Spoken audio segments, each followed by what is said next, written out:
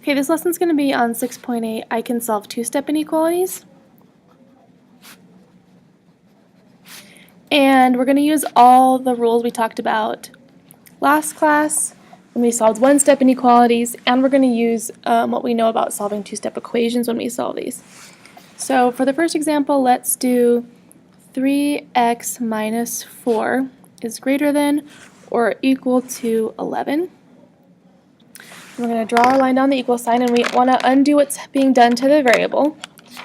And so I usually change the sign of the one behind first. And then I want to undo a negative 4, so I can undo a negative 4 by adding 4 to both sides. And I get 3x is greater than or equal to 15. Then I need to undo multiplication, so the opposite of multiplying by 3 is dividing by 3. So I'll divide by 3 on both sides. Then I get 1x is greater than or equal to 5. So same steps as I use for solving two-step equations. We always undo addition and subtraction first, and then undo multiplication and division. And then I'm going to graph this problem. So underneath this, I'm going to sketch a number line.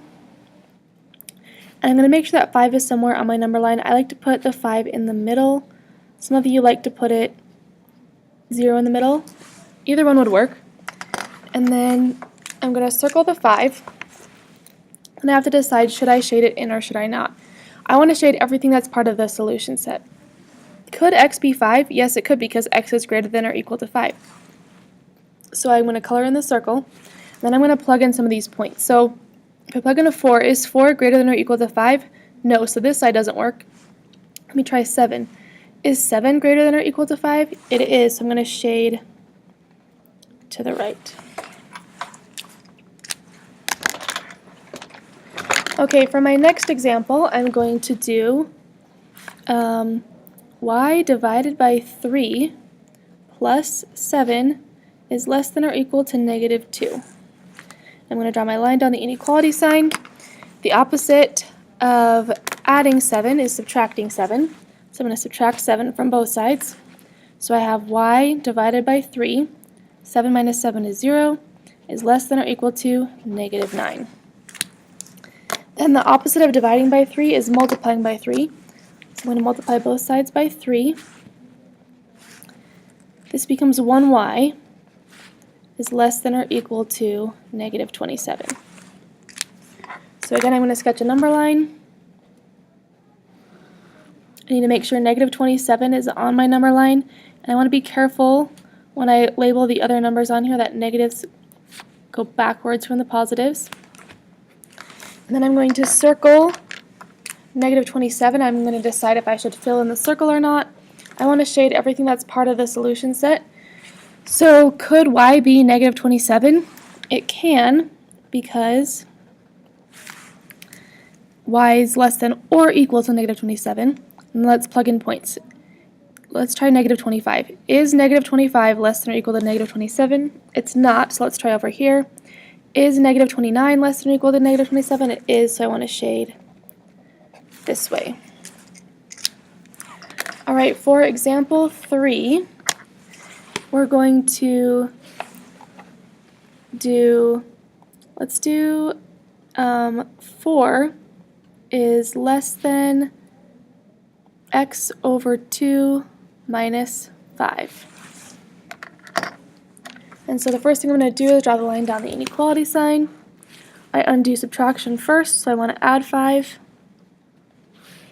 4 plus 5 is 9. I still have an x over 2 on this side. This is really a negative 5 plus 5, which is 0.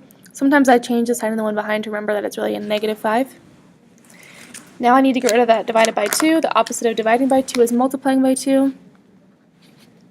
So that becomes 1x is greater than 18. So now I need to graph this one. So I'm going to make sure 18 is on my number line. And the order is a little easier on this one because they're positive numbers. I'm going to circle the 18, and I'm going to think about whether or not I should fill in the circle. Can x be 18? No, it can't. So I wouldn't color that in, and then I'm going to shade, let's plug in some points. So 20. Is 18 less than 20?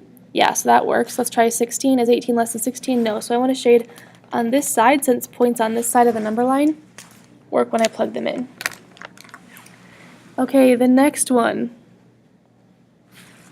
is going to be negative 3q minus 5 is greater than negative 8. No, let's not do negative. Yeah, let's do negative 8. That will work. Okay, so I'm going to draw my line down the equal sign. Then I'm going to change the sign of the one behind first. The opposite of a negative 5 is a positive 5. So I have negative 3q, that becomes 0, is greater than negative 8, plus 5 is negative 3. And then to get the q by itself, I have to divide by negative 3. Since I divided by negative 3 on both sides, I have to remember my rule from last time where I flip the inequality sign. That's what I need you to type in for the answer to this question in this video, is if you multiply or divide by a negative, you have to flip the inequality sign. That's the rule that you're typing in for your question. So now when I graph this, I'm going to make sure I have a 1. And then I'm going to circle the 1. I'm going to think if I want to color it in. I don't, because q cannot be positive 1.